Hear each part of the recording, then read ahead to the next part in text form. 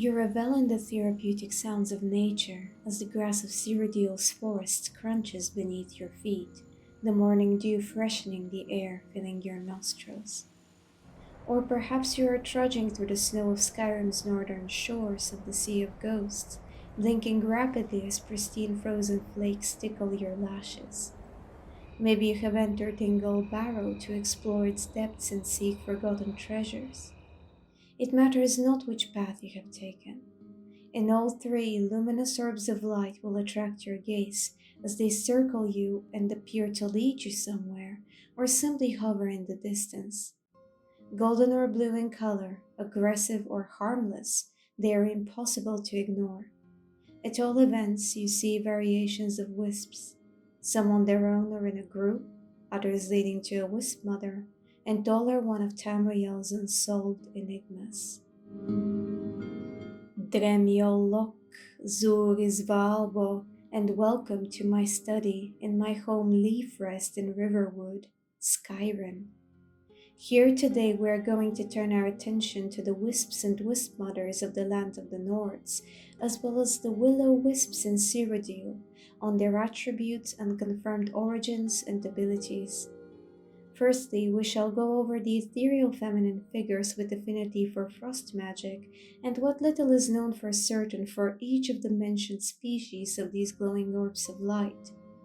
Then we shall ponder on the vast enigma surrounding them. Are they the restless spirits of deceased individuals, or were they cursed into the shapes we find them in? Could they be of the transient Fae family, spirits of Kyne, or beings related to Ifre? Can we link all of them to one another as we discuss each speculation concerning them? Without further ado, let us focus on the inked pages of my journal where I have documented my research. We shall commence with the ethereal feminine beings known to us as Wispmothers, for most of the information at our disposal is of them.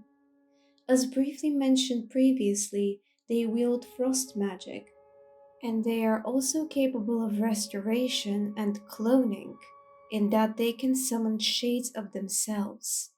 The latter is made possible thanks to the wisps surrounding them, but more on that later. They do appear to favor forgotten places in colder locales and are known for inhabiting the most frigid and unforgiving northern parts of Skyrim, especially the Pale and Hjalmarch. Some Nords believe the Wispmothers are native to the latter region, and they are uncommon enough to be deemed myths by some.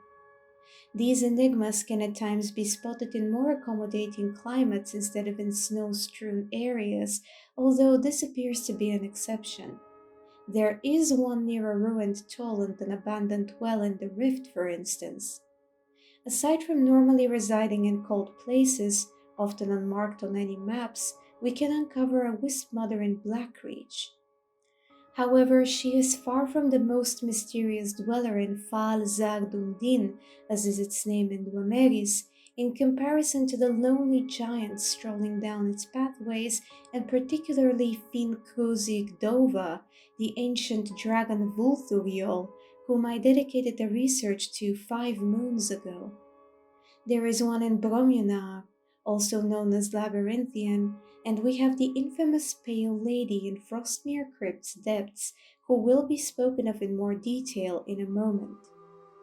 In total, we can find 9 of these ethereal creatures scattered across the land, 10 if we have not yet defeated Mirmulnir and been declared Dova kin, for a Wispmother will spawn in Skyborn Altar instead of a Dova. This places them among the rarest reoccurring foes in Skyrim. Now let us turn our attention to 2 literary works relevant to our investigation, beginning with the book Sentient Beasts of the Gallery by the Ciphers of the Eye, a group of mortal scholars who repose in Apocrypha, Hermaeus Mora's realm of Oblivion. I do not have a physical copy of it, but I have written the information of interest to us down. Here is the excerpt of the work we are interested in. Information. The Wispmother refuses to talk to any cipher. When pressed, she will direct all comments and requests to the wisps around her. She can control upward of 10 wisps, but she has a favorite that she likes to keep near her and play with. She claims the others are safely stored under the folds of her skirts, though multiple ciphers have collected them from outside the bounds of her enclosure. It's unclear if the Wispmother knows her wisps are escaping or that they can escape. Care note: the Wispmother often refers to the wisps as her children. Do not attempt to separate the Wispmother from her children. It is little wonder the Wispmother refers to wisps as her children. Her very moniker suggests as much. And while we do not hear any of these beings produce sounds other than blood-chilling shrills on our travels in Keizaal, Skyrim, that is more than likely due to time limitations, as opposed to because they are unable to speak. The Spriggans we meet do not utter a word either, but they are very much capable of verbosity, for they have their own language, which we can learn on our travels through the provinces of High Rock during the Third Era. Trainers in Zenithar's temples, also known as Resolution of Zen, teach their tongue to members of theirs who wish to learn it. Furthermore, the Spriggans we come across in Daggerfall and the rest of the land of the Bretons know and can utilize Tamrielic, as we see here. My agent is not fluent in these beings' speech. This Spriggan will ask us to speak to woodcutters who killed her saplings and convince them to be more mindful of the trees they fell. It is little wonder these creatures' governing attribute is intelligence. Furthermore, we do hear Spriggans produce sounds akin to those of tremoring bird songs or even giggles as we stroll around Cyrodiil Noglok, Cyrodiil's landscape, and I suspect they might actually be connecting with their environment in their own language.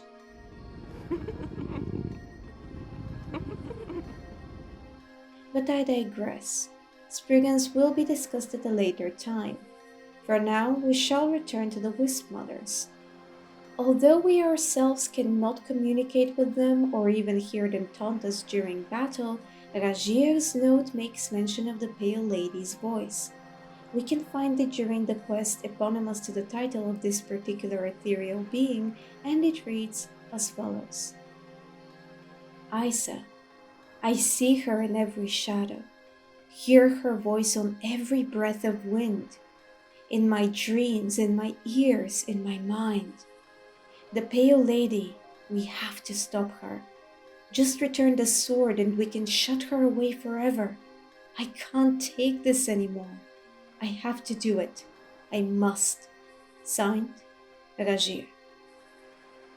While the poor Khajiit's words do not specify whether or not he could actually make out any coherent sentences of hers, whispers or otherwise, she did communicate with him in a comprehensible enough manner, and evidently made her intentions clear to Ragir. Return the pale blade to its stand in the depths of Frostmere Crypt.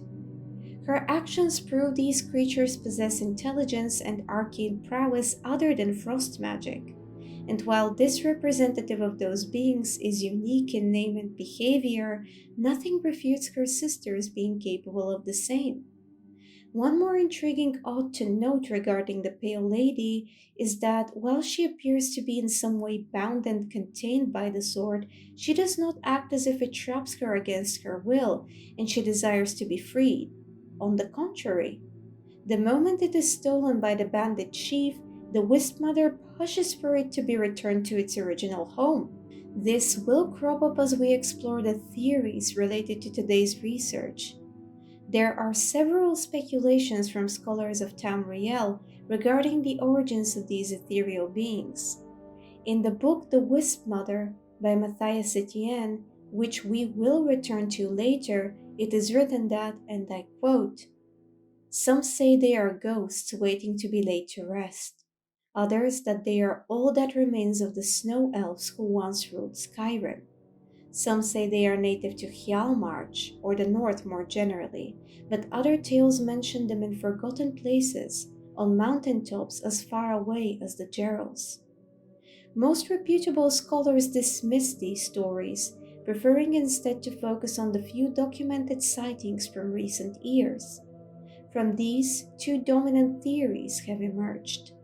Based on his extensive research into necromancy and Cyrodiil Zaliad culture, Master Sadran Sarethi posits that Wispmothers are a necrologic state, a type of lichdom developed by a now forgotten First Era culture. Under his theory, these are no mere ghosts. They are a cult of powerful sorceresses who achieved eternal life through undeath. Alternately, Ledet Villain of the Synod contends that Wispmothers are not undead at all, but rather elemental manifestations arising out of Nirn itself. By noting several similarities to Spriggans and Ice Wraiths, she contends that the Wispmothers are essentially elemental personifications of snow or mist, innately wielding the power of their element instead of manipulating it through conventional sorcery.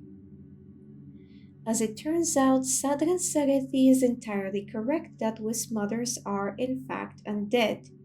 They are tagged as such in the game files and will cause a fiery explosion when struck by Dawnbreaker, the Daedric Prince Meridia's artifact most effective against necrologic states, to use the scholar's description.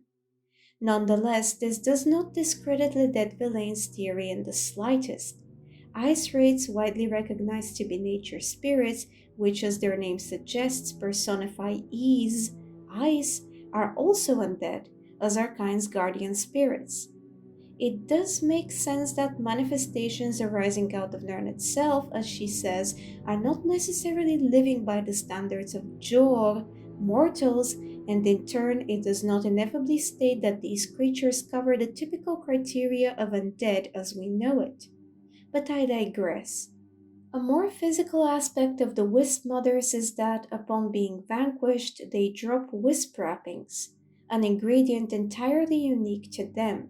They also leave glow dust behind, an uncommon component which may be utilized in poisons and potions alike. It is only found on Wispmothers and their wisps in Skyrim. I am not focusing on their properties as you can see them here, and they do not really add anything to our current investigation. Let us now turn our attention to the wisps we see in Keizaal, the ones strongly connected to, if not entirely dependent on, Wispmothers. Here is the next excerpt of the book The Wispmother by Matthias Etienne, and his writing here also concerns willow wisps. In most accounts, the victim is initially drawn to the Wispmother by glowing ghostly lights. Although initially passive, these creatures later attack in tandem with her, distracting the victim and draining their energy. Popular legend holds that these are the spirits of the Wispmother's previous victims. These spirits strengthen her, so anyone hoping to destroy her must first release the souls of those she has killed. To scholars, this description immediately recalls the willow the wisp, a rare and dangerous swamp denizen of southern Tamriel.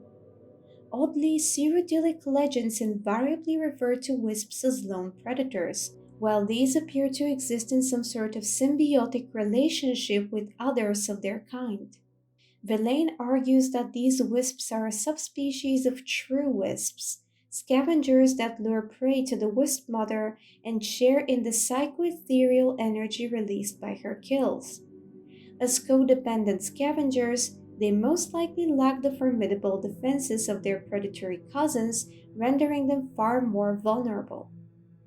Alternately, Sarethi posits that these wisps are merely emanations or conjurations of the Wispmother and not free living creatures. This is supported by one incident in which an adventurer reportedly killed the Wispmother directly, only to observe the remaining wisps immediately perish as well, though the source is considered highly unreliable. Ending the quote, as we know, this is exactly what happens when one kills a Wispmother. So let us summarize. Wisps are glowing floating orbs of light emanating blue and white hues that can be found in close proximity to Wispmothers, as well as independently in the case of ones we come across in Yngol Barrow, although they appear to be of different nature to the former. They allegedly lure Wundunike travelers to their matron, although from personal observation they do not necessarily lead them to her deliberately.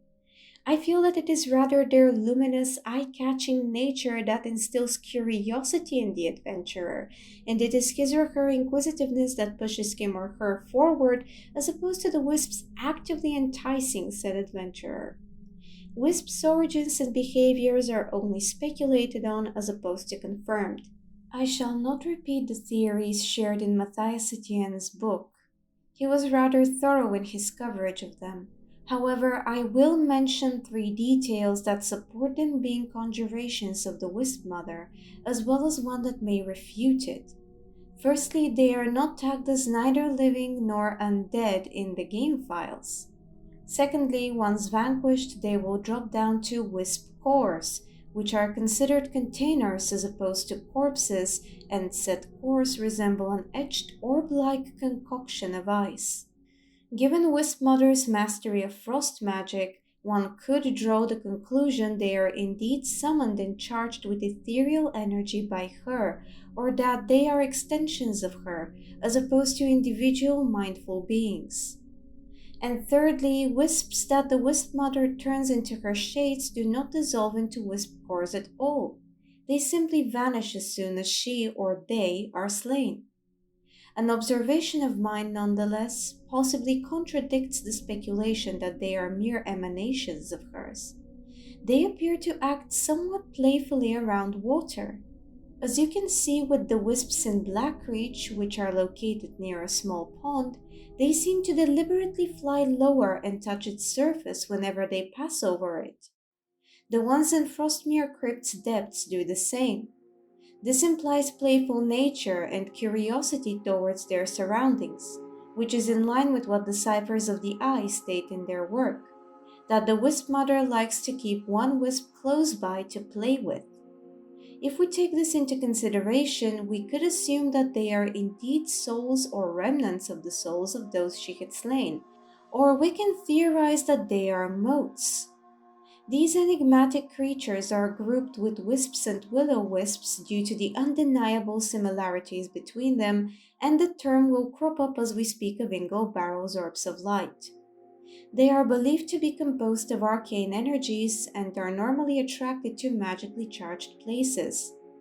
Motes are believed to be the remnants of ancient spirits and or strongly connected to and easily commanded by nature spirits, with the first easily tying into one of the theories regarding wisps, and the second will be strongly supported by the last two speculations we shall look at. They are more or less autonomous but can be controlled by capable sorcerers. There is also an instance of one being lured into a trap. With this in mind, could we treat wisps as synonymous to motes, and may we state that they are lured by the Wispmother to act as her children, quote unquote? Did she establish control over them without taking away some of their autonomous nature, hence their apparent playfulness?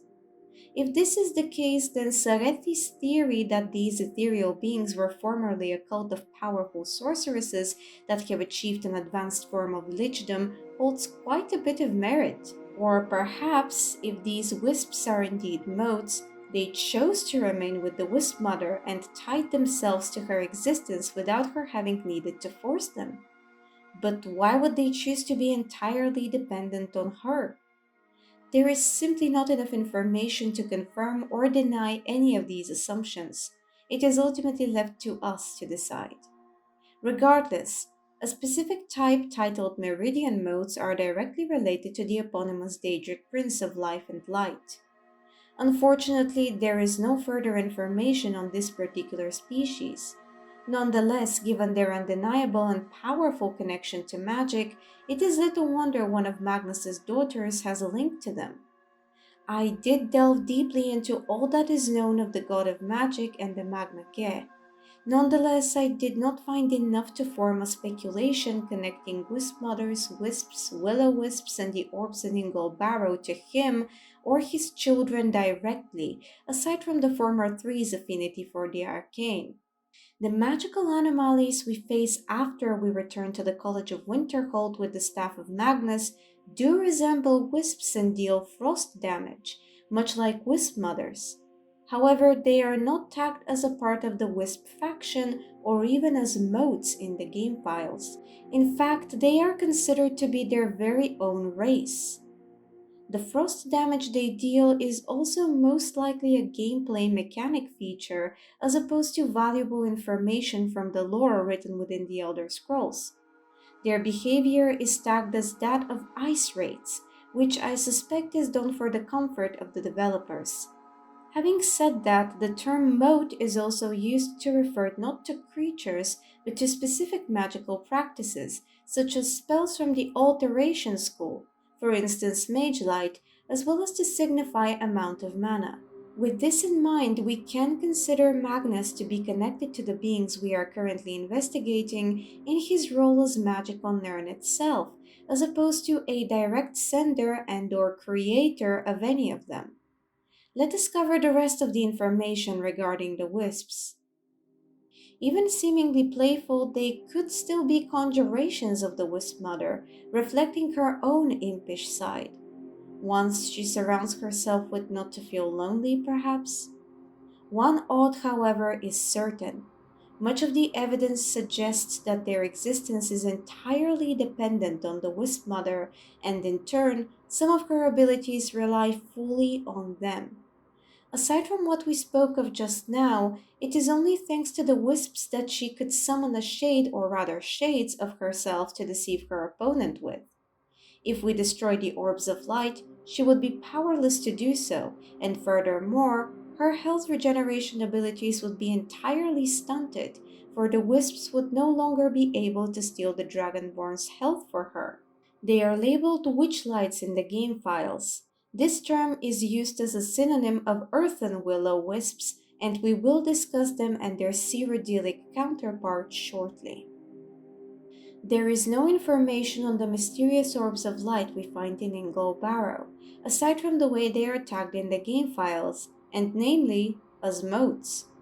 Given our in-depth discussion regarding the latter and the links we established between them, wisps and willow-wisps, I shall proceed to refer to the motes of Yngol Barrow as wisps.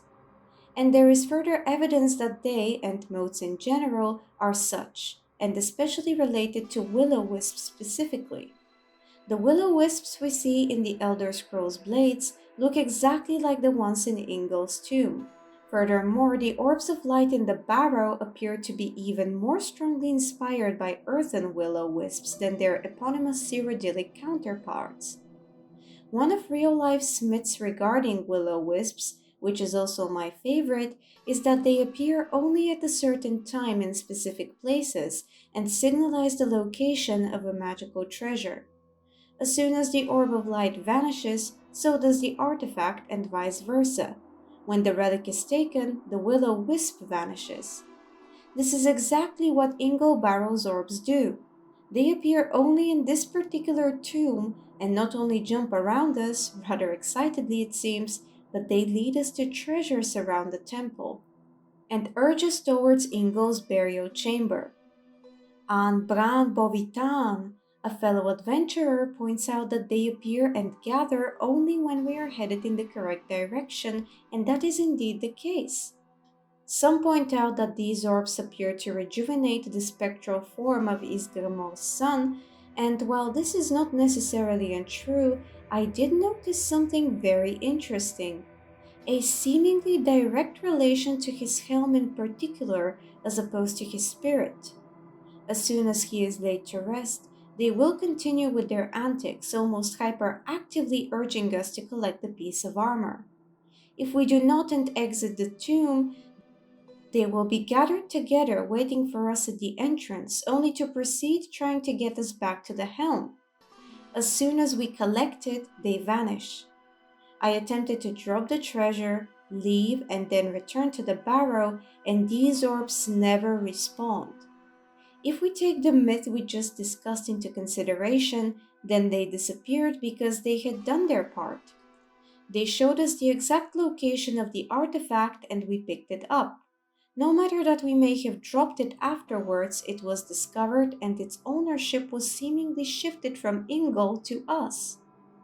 And thirdly, will-o'-wisps are described as blue in color in Volume 9 of the 2920 book series by Karlovac Townway titled Hearthfire. I quote, "The strange blue glow of the will-o'-wisps, a combination, so she'd been told, of swamp gas and spiritual energy, had always frightened Tavia as she looked out her window." These tomes are regarded as a rather reliable and well-researched in-game work by the writers of the Elder Scrolls games. Thus, I believe we can calmly treat Yngol Barrow's orbs as a part of the Wisp family, and since we have already established a connection between them and will-o'-wisps, we will not seek to do so again as we attempt to connect all beings to one another later on. We already concluded they seem to lead us to Yngol's helmet as per the theories surrounding them. The first is that they are a variation of wisps that we already confirmed, but the adventurer connects another earthen interpretation of these beings to them. He or she shares their metaphorical meaning in literature, their symbolism as chimeras, unachievable goals and/or dreams that lead one astray. This person uses Yngol's story as it is described in the book Yngol and the Sea Ghosts. Ysgramor hoped that his son would make it to Skyrim's shores, despite the terrible storm that occurred after he wrestled the sea ghosts to bring his child back from the harsh waters, but he did not, could not. In turn, Yngol hoped to arrive in Keizaal and join his brother and father, but never did. In this case scenario, the Wisps and the Barrow deepen the poetic tragedy of this Atmoran story. Another Dova, Kyne, proposes that they are the souls of the beasts Ysgramor slew in a grief-stricken rage dedicated to Yngol's memory. According to a third, they are meant to be the actual sea ghosts. A branch connected to Finn Okaz Gaffe, the sea ghosts, is that they are the souls of Atmorans who lost their lives in the dangerous waters and were unable to pass on to Sovngarde, or whichever afterlife they may have favored for one reason or another. I have also come across the speculation that they are the souls of Yngol's crew. Considering what we will discuss regarding will-o'-wisps, earthen stories that concern them, and the first speculation we shall discuss, them being souls of the departed and wisps simultaneously are not mutually exclusive statements. And now we shall discuss the enigmatic will-o'-wisps. They are also known as true wisps according to Verlaine.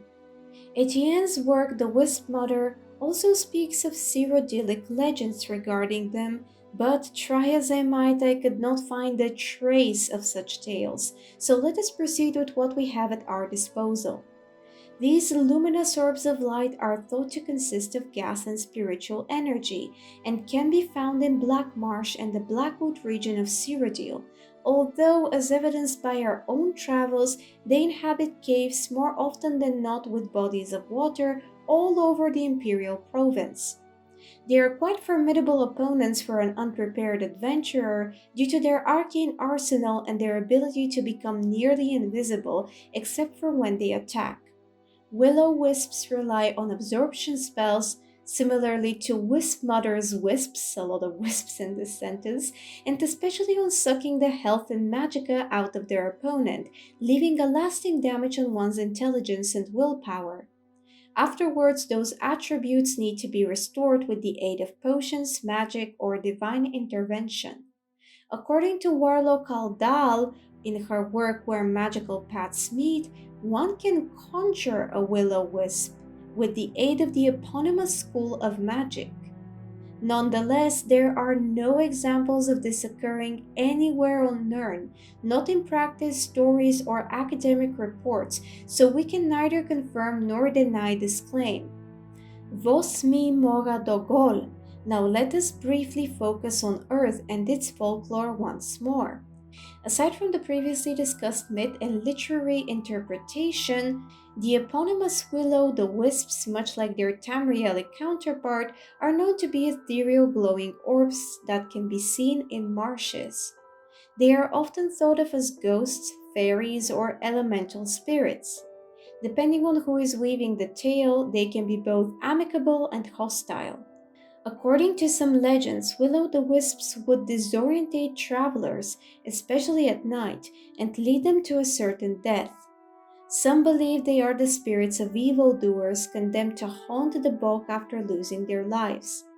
There is also a scientific explanation behind this phenomenon, also known as witch lights, but it is irrelevant to our investigation, so let us proceed. The common traits between our subject of discussion and the legends of its certain counterpart are the places they inhabit, and namely the marshes, according to lore at least, their appearance, as well as the possible connection to fae and elemental spirits. Nurigirwa Tazo Khan, now back to Tamriel. Finally, with all of this information in mind, we may turn our attention to the theories available for us to explore.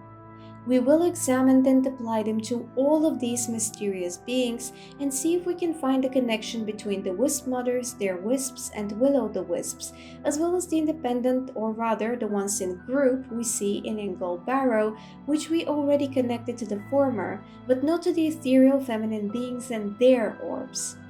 Every single speculation has merit and evidence to endorse it. Whichever is closest to the truth is left to our interpretation and imagination. It is ironic of me to say this as we are already deep into this research, but since it is tradition, let us begin. Mora now Minda. The first theory is that all of our subjects of discussion, from the Wispmothers and their hypothetical children to the will-o'-wisps and the independent orbs of light found in Yngol Barrow, are spirits of deceased individuals. The Nordic belief that the ethereal feminine beings are ghosts of female snow elves is very popular among Kyne. They do possess pointy ears, eerily similar to those of the ancient Falmer, and mainly make use of frost magic. This race of Mer had an unusually high aptitude for the arcane and thrived in the most frigid of areas where others would wilt. Fellow adventurers expand on the theory by stating they could be the ghosts of snow elven mothers who lost their offspring during Ysgramor's invasion. Hence why, as stated in the book Sentient Beasts of the Gallery, Wispmothers refer to the wisps as their children. According to the theory mentioned in Etienne's book, they claim the souls of travelers they've slain as their children, tying them to their own existence. This explains why, as soon as the feminine creature perishes, so do her wisps, aside from Sareti's proposition that they are merely conjurations of the Wispmother. The fact that the latter's corpses are not deemed to be corpses at all, but rather containers resembling eyes could add to this, as if they have been freed from the Wispmother's clutches and left whatever semi-physical form she had cursed them with. Lastly, the Pale Lady's behavior and apparent relationship with the Pale Blade can be looked through the lens of the currently discussed theory. Ghosts in the world of Nirn are often spirits who have not passed to the afterlife, which is determined by whom and or what they worshipped while alive due to having unfinished business on Mundas. But the case with this particular Wispmother appears to be closer to that of a restless spirit who has possessed an inanimate object, which is among the abilities Dodarovan Sille, these wandering souls of Mundas. And if she has not possessed the sword entirely, then her ghost has a deep connection to it, since she calls for its return. And should we choose to appease her by placing the blade on its stand, the Pale Lady will indeed vanish and leave us be.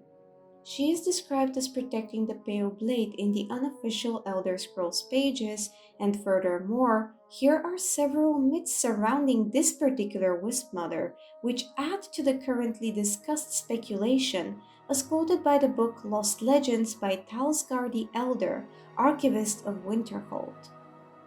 For generations, the people of Morthal have told whispered tales of the Pale Lady, a ghostly woman who wanders the northern marshes, forever seeking her lost daughter. Some say she steals children who wander astray, others that her sobbing wail strikes dead all those who hear it.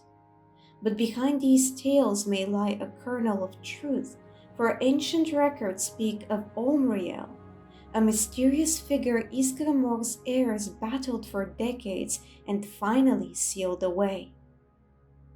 Each of these legends speak of a restless spirit, and if the mysterious figure Ysgramor's heirs battled was indeed a snow elven mage of some kind, then this supports both the popular belief Wispmothers are remnants of the ancient Falmer and Sadrin Sarethi's proposition that these beings were once a cult of powerful sorceresses, albeit not ones from a forgotten and erased First Era culture.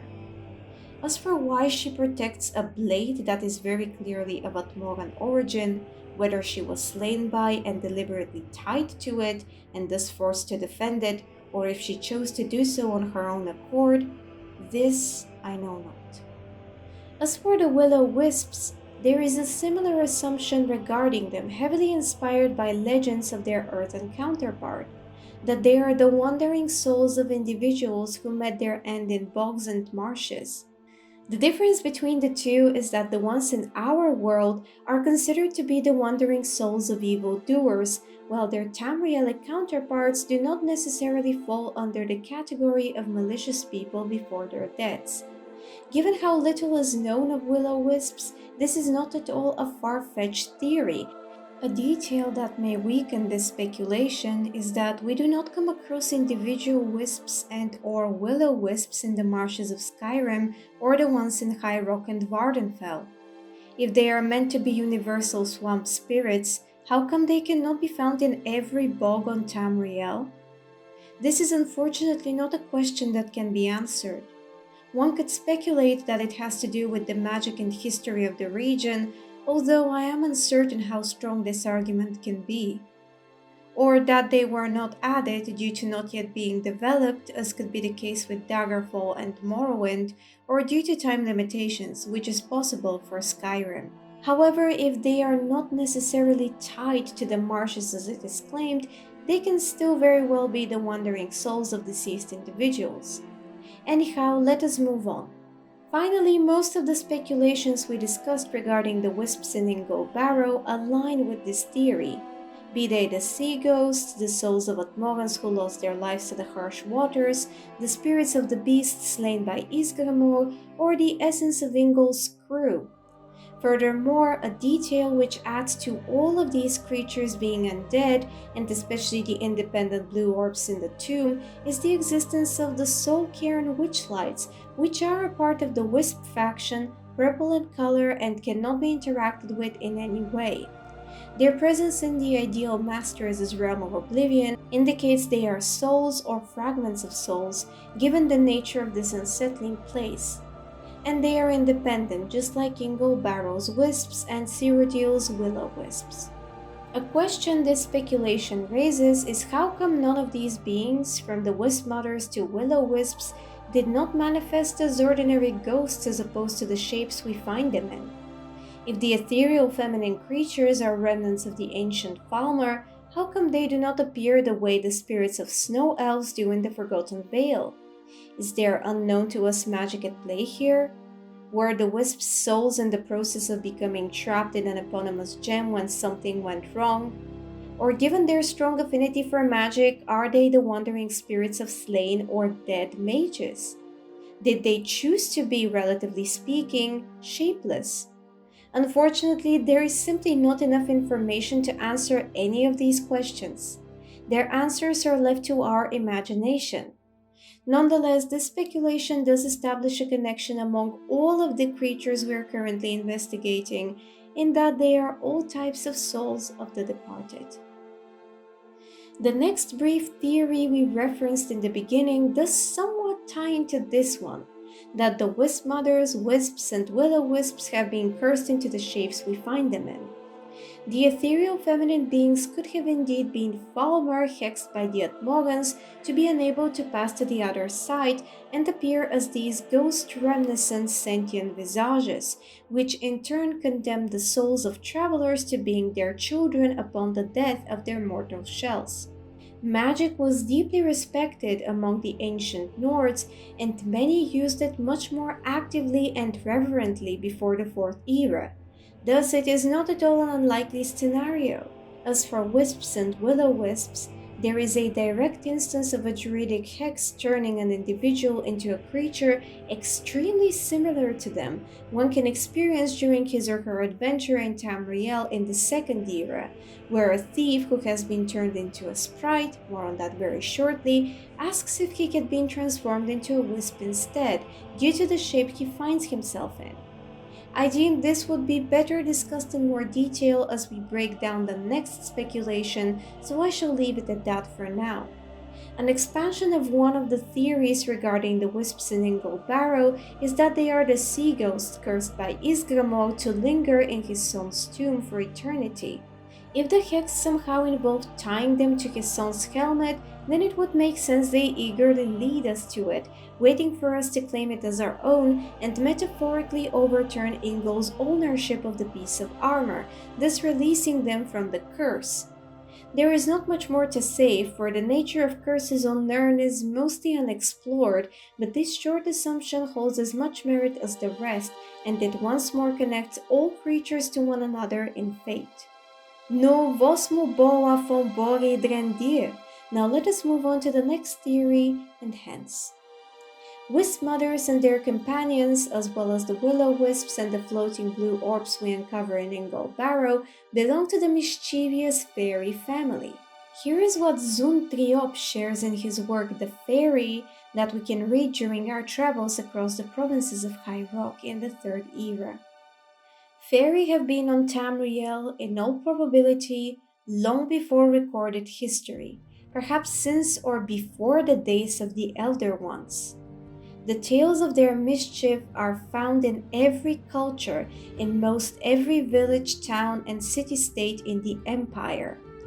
Alternately, they are called Faerie, Fae, Iliadi, Sprites, Pixies, and Sylphin, and their natures seem to fit from one story to the next with the same variation. It could almost be said that fairies are anything unpredictable in nature.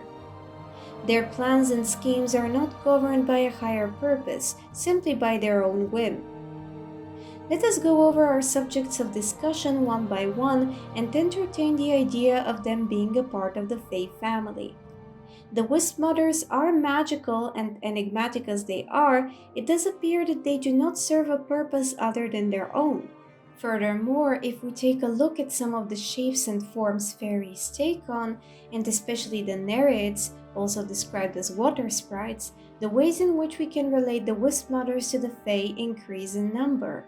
While Faerie are said to be mostly native to the Somerset Isles, in the words of Zun Triop, there are tales and legends of them all over the continent, as he says. It would not be unlikely that fairies can be found in other provinces aside from the homeland of the Altmar.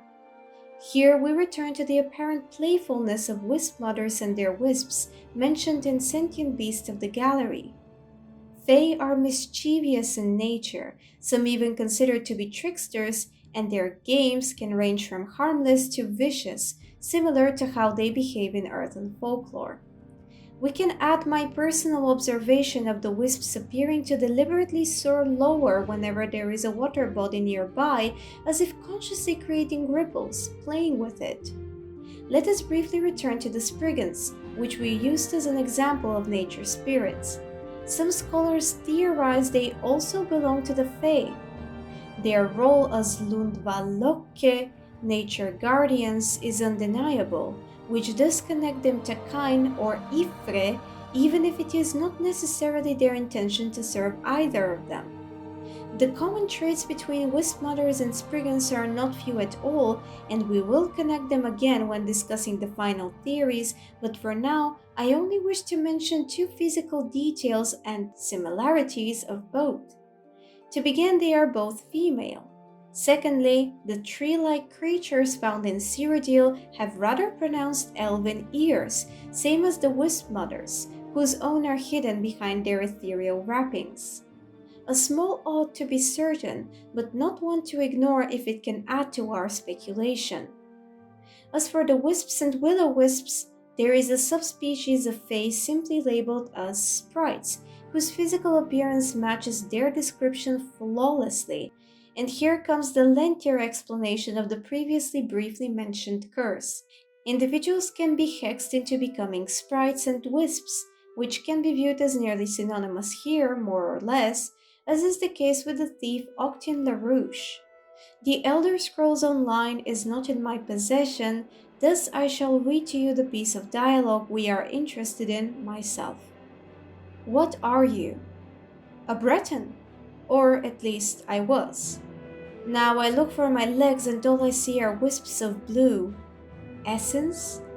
I think I'm roundish, an orb, and I feel small.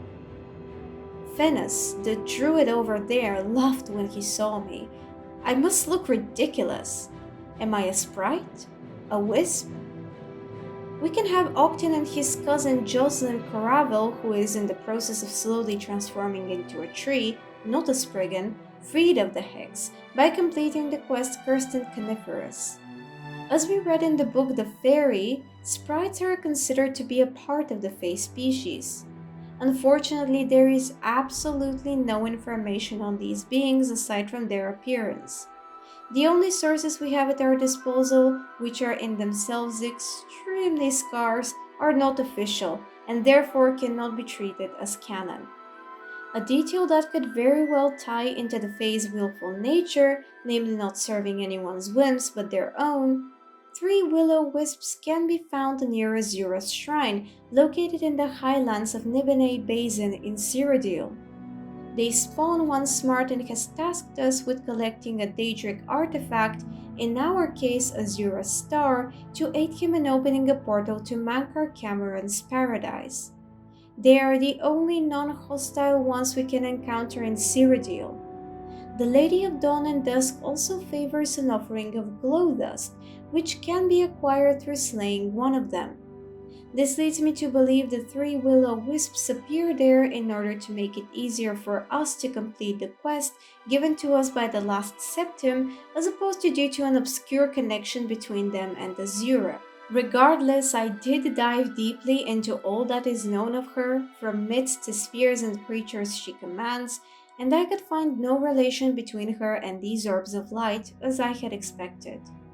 Perhaps aside from sparing the hero of Fatch needing to hunt high and low for willow wisps across Cyrodiil, the explanation is as simple as Azura finding glow dust Brit beautiful and wishing to possess it, so to speak.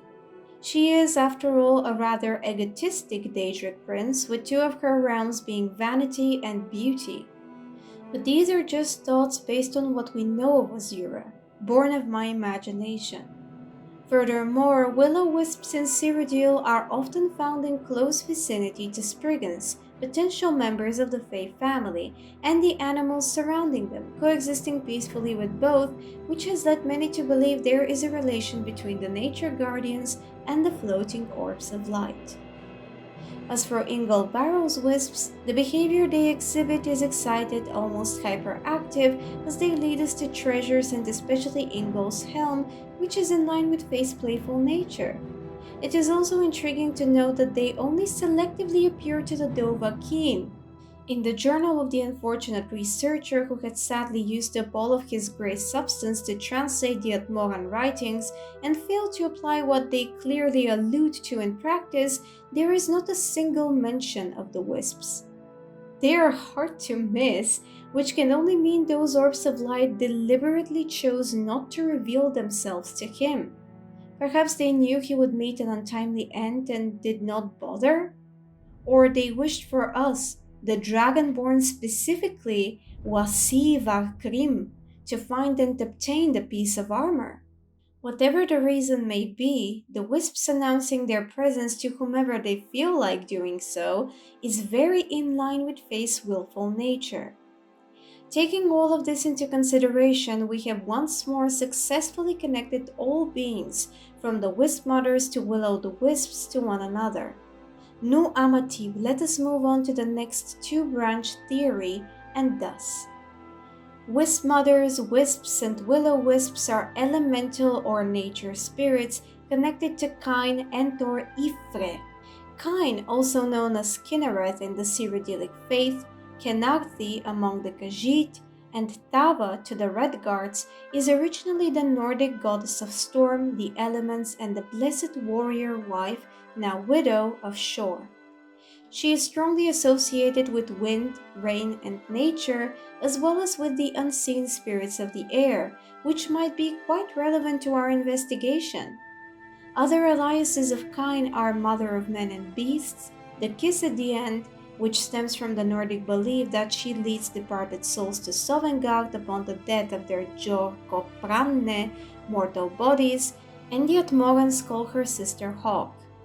Voice of the Sky is an ability, or rather active effect, connected to the goddess which we can acquire if we read through all stone tablets on our way to High Hrothgar.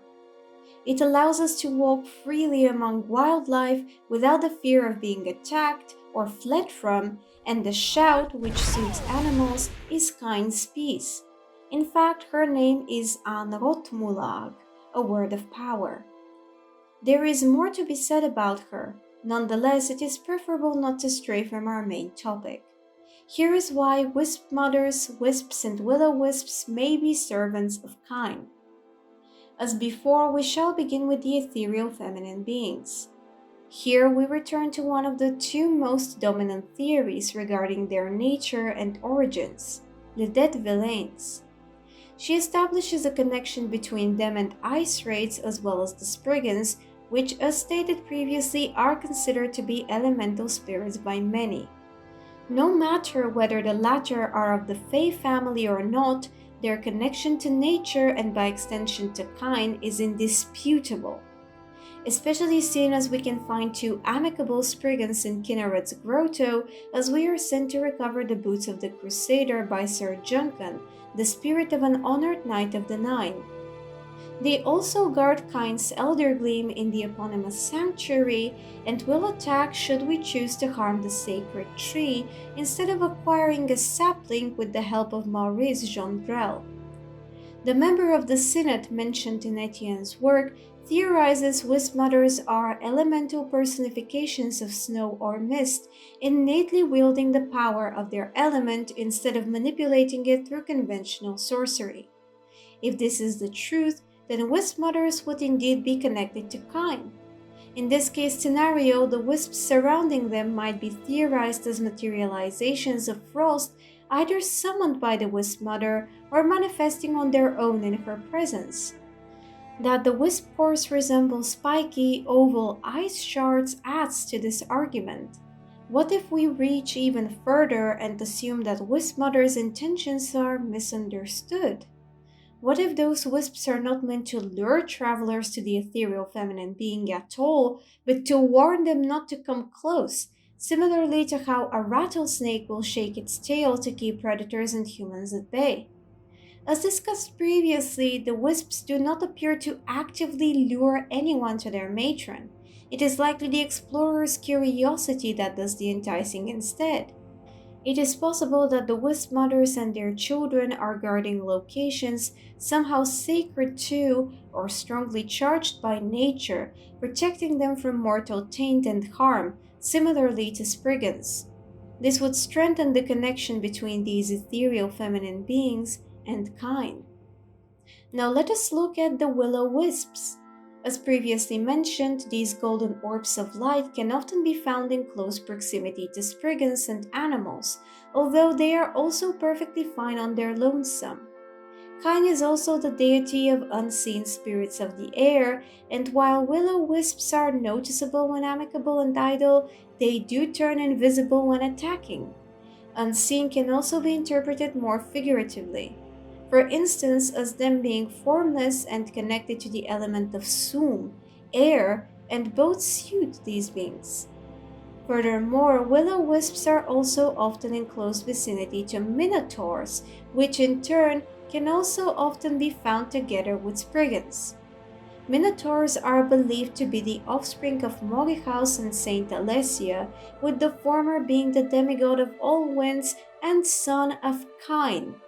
Other sources claim they existed before the Slave Queen's union with Morihaus.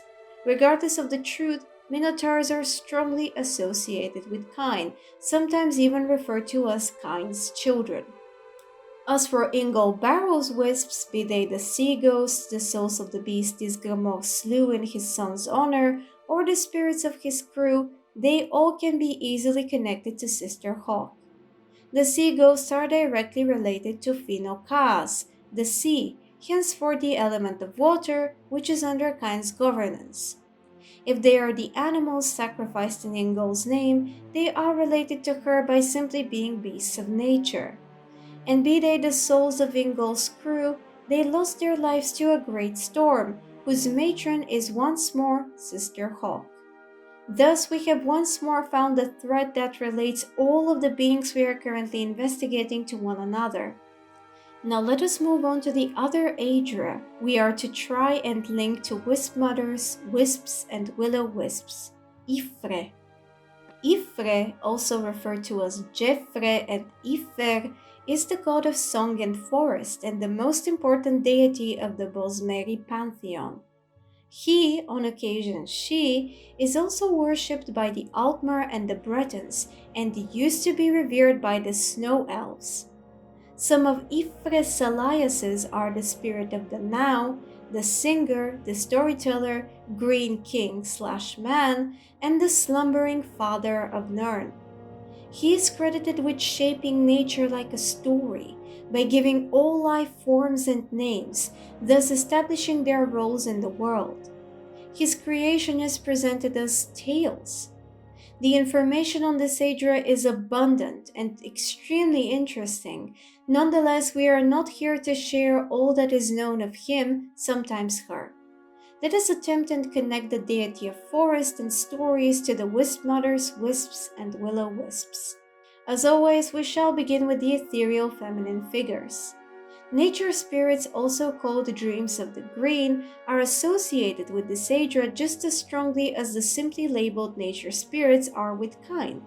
They are said to have been given form and purpose by the god of song and forest's creation of the foundation on which nature is woven, or by druids, mages whose arcane practices focus on the environment and the elements. They are believed to linger in everything, from waterfalls to rocks to the wind and even swarms of torchbugs. However, their intentions are often unclear, even to those who are trained in nature magic and desire to listen to their will. Slumbering ones can be communicated with by those in possession of the elixir of Ifre's thoughts, which temporarily turns the drinker into an Hanuvarukt, a dream memory, able to reach them in this state and seek their wisdom and/or knowledge. It is believed that when a nature spirit perishes, it merely returns to sleep in the green before being reincarnated again when it is needed. Keeping all of this in mind, Wispmothers can be related to the god of song and forest. If we return to Ledette's theory and take it at face value for the sake of this speculation, then they are elemental manifestations emerging from Nirn itself, intimately tied to snow, frost, and mist. And let us not forget that snow elves worshipped the Aedra. If we go further and connect the popular belief both among Nords and Dovahkiin that Wispmothers are spirits of snow elves, then we can assume that those ancient Falmar were so deeply devoted to Ifre that they attuned themselves to his frame and laws upon which nature is woven and became personifications of frost, snow, and mist.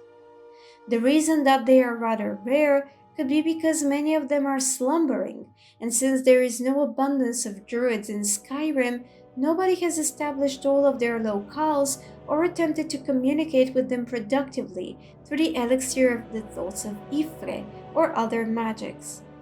As for their wisps, the god of song and forest is known to send them to foretell the coming storms during rain's hand.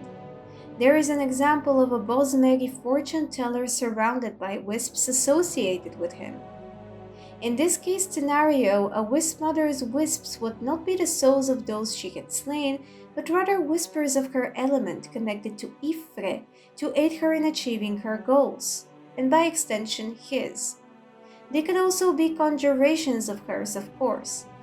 As we touched on while discussing Wispmother's possible relation to Kyne, perhaps the glowing orbs of light are meant to keep intruders away, as opposed to lure them to their matron.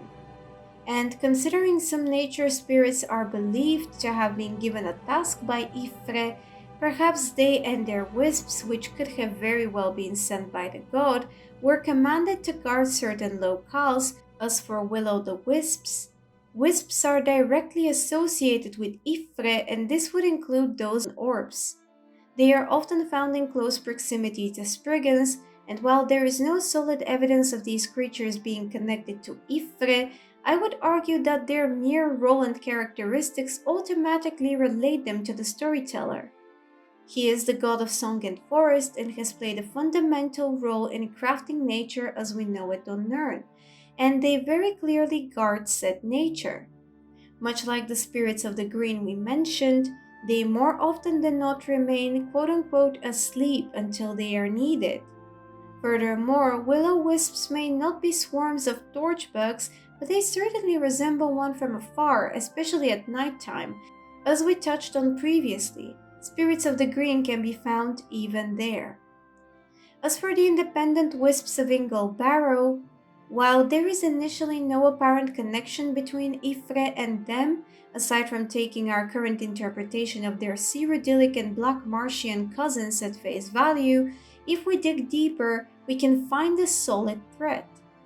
The god of song and forest is also associated with water and the sea. He is said to have gained hypothetical sight through the songs of the waves crashing on the shores and ripples the liquid of life creates. Considering Yngol's story involving the sea ghosts, the mention of Ifre puts this detail of the legend of Isgramor's son into a new perspective. Those wisps may be echoes of the very waters that took Yetmoran's life, even manifestations of the element itself. Perhaps they are lingering tunes from Ifre's sea songs that clung to Yngol and thus his tomb for an unknown reason. Here we have once more successfully affirmed the connection between Wispmothers, wisps and will-o-wisps by relating them to the god of song and forest. I paired Kyne and Ifre together for they have numerous overlaps and common traits as deities, similar spheres of governance. While they are rarely both worshipped by a single race, as they are by the Bretons, the links between the two nature gods are difficult to ignore. Some believe they are two aspects of the same deity, much like Auriel and Akatosh, especially since Ifre is at times depicted as female and he or she is primarily an elven god, while Kyne is a human goddess. Others are of the opinion these Aedra have the same oversoul. But as fascinating as it would be to delve deeper into the connection between Sister Hawk and the Green King, those are perhaps better saved for a different investigation. And with this, our research has come to an end. Wandering spirits of deceased individuals or cursed into the shapes we see them in, species of the elusive fairies or beings connected to Kyne and Ifre, Wispmothers, wisps, and will-o-wisps are one of Tamriel's unsolved enigmas. Whichever theory is closest to the truth is ultimately left to our personal interpretation and imagination, as I said earlier. And this brings me to the question, which of these speculations do you find to be the most plausible? Or perhaps you have your own to share. If you do, please do not hesitate to tell me. As always, I adore exchanging thoughts and knowledge with you, di fahdon. Similarly to my Whorefather investigation, I am unable to name a personal favorite assumption among the ones we explored. Each carries merit and is as fascinating as the next. But I digress. Unslat Kogan, thank you all for your support, as always, and for your patience as I worked on my longest research so far. I do hope you enjoyed and I look forward to having you in my study again. But until then, Lok Thu'um. Dreni voshin kusari nakhai hondativ. Do not let your curiosity lead you astray, di fahdon.